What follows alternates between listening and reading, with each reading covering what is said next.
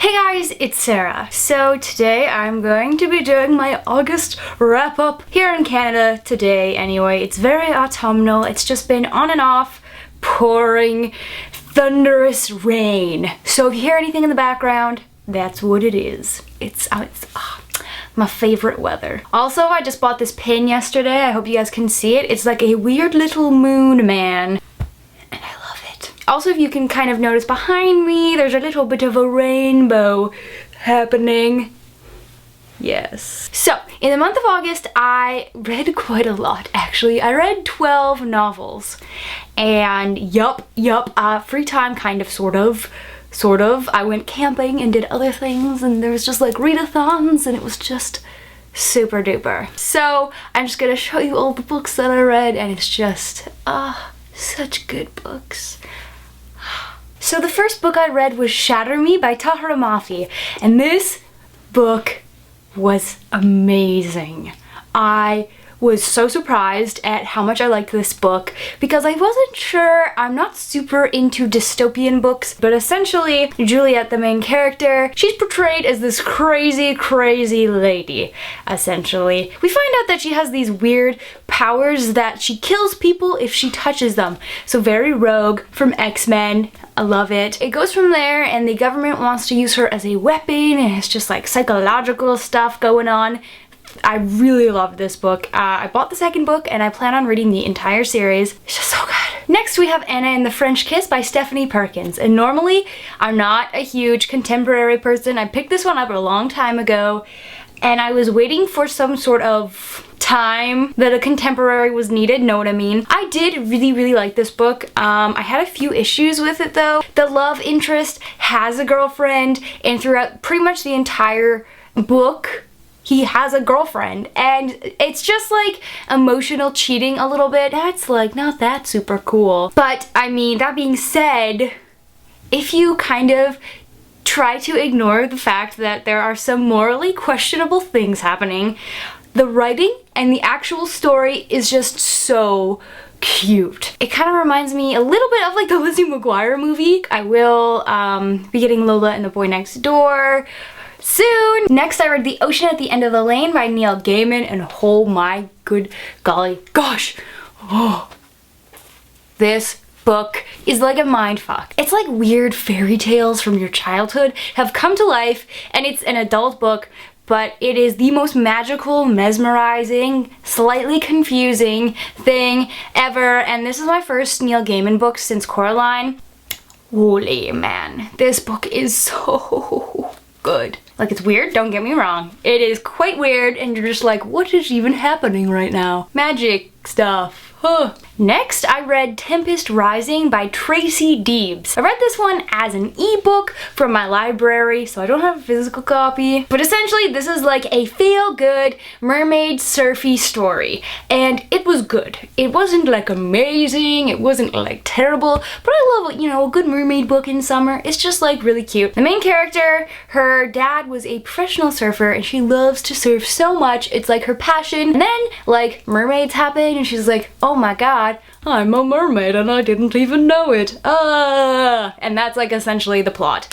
So if you like that kind of a thing, this book is for you, probably. The cover is awful, don't get me wrong, but the insides are pretty just so cute and fun and mermaidy, so yeah! The next book I read was also an ebook, and that was What Kills Me by Wyn Channing. The main character is a 17-year-old girl from Canada. I think she's from Winnipeg, know what I mean? Yeah, jokes. So she's in Rome studying, and she meets a boy, and she's like, damn, I want to touch the butt. And so one night they go on a date. She sneaks out. After sneaking out of the house, they sneak into this cool church, and there he reveals that he's a vampire, and he tries to eat her, like kill her, drink her blood, all that kind of stuff. She runs away, and she falls into this really random well that's in this church, and it's just like, oh, that's weird. And so she manages to get out of this well, but then later finds out that it's like this weird mystical well, and by falling into it, she has inadvertently turned herself into a vampire. And I know that's like a little like, questionable, but it's really, really cool. This like world, the magical society of vampires that is in this book is really intriguing, and the author definitely put a lot of time into it, and I just like thoroughly just devoured this book. Like, I read it in one sitting. It was so amazing. I am a sucker for vampire books, and this was no exception, but this was way better than like a lot of the vampire books that I've read lately. I don't know what it was, but it seemed like there was a lot of kind of, you know, Louis in the Vampire Chronicles. He's all like, oh no, what is happening? I don't like this at all. Such internal conflict. That's like the thought that I get, essentially, from reading this character. Next, we have Destined for Dune by Carrie Corp and Lori Langdon. This book, okay, this series holds a spot in my heart because it's kind of one of the first books that I read when I got into booktubing, and like, it's a fluff book, okay? It's not anything to be taken seriously. It's about two girls who go on a trip to Scotland and have these magical rings. Then they get sent to this, like, magical land of Dune where they meet two princes and fall in love, etc., etc. That, you know, is so fluffy and Disney and happy, and I just, like, I love these books. They hold like an almost nostalgic-esque sort of thing because it reminds me so much of like a Disney movie. The way everything is written is like great. They're both clearly talented writers. However, I feel that there's like a little bit of writing down, whereas they're trying to write to a specific audience that is younger than me. I like these books a lot. They're fun, they're fluffy, and they're adorable and entertaining, and the third book just came out and I really want to buy it, but I'm saving money, so I have to wait. Next, I read Opal, Origin, and Opposition, the last three books in the Lux series by Jennifer L. Armentrout. I ferociously ravaged these books. I just sat down and just plowed through them because they are so freaking good.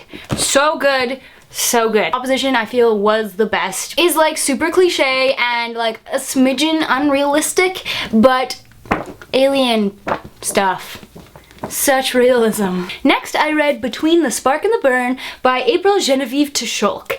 This series is a work of art. It's a duology. It's kind of weird. I feel that not everybody would like it just because the way it's written, but I am such a huge fan. It's like a modern gothic styled story, and the writing is just like magical and fluid, and I don't know what it is, but it's just like so appealing to me, and just reading it, it just like sucks you into the pages. I think I liked the first book more than I did the second book, but that being said, I thoroughly enjoyed it. I think reading it is just like an experience because it's so different from all the books that I read generally, just like in the style, not in the genre, of course. It's like weird paranormal YA. That's what I only read, essentially. I don't know, just like the style is phenomenal, and I really want to read more of Miss Tscholk's writing because it's beautiful. It's so beautiful, and it's very autumnal, so if you're feeling like diving into autumn like a boss, ta-da, do it, just do it. It's so amazing. There's like weird, vintage, creepy, cool kind of stuff in it. It's just like, ooh, what's gonna happen? Crazy shit. That's what's gonna happen. Alright, and the last book that I read in August is The Raven Boys by Maggie Stiefvater. And okay, I took this camping like I said I would, and I don't know if you can tell, but it's covered in dirt.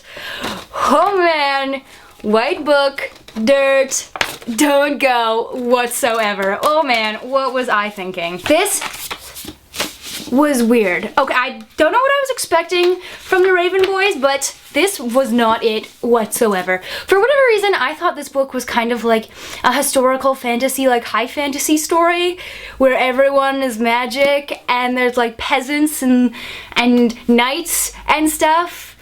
I don't know why, that's just like the gist that I got, and that was so not this at all. So obviously as I started reading, I was like, wow, they're talking about Walmart.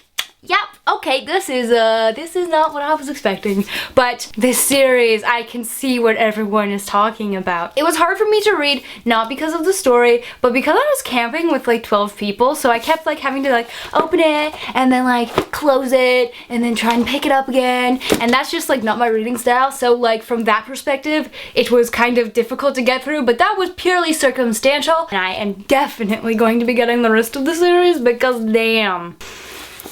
Oh man, who's your favorite of these fellows? I like Gansey.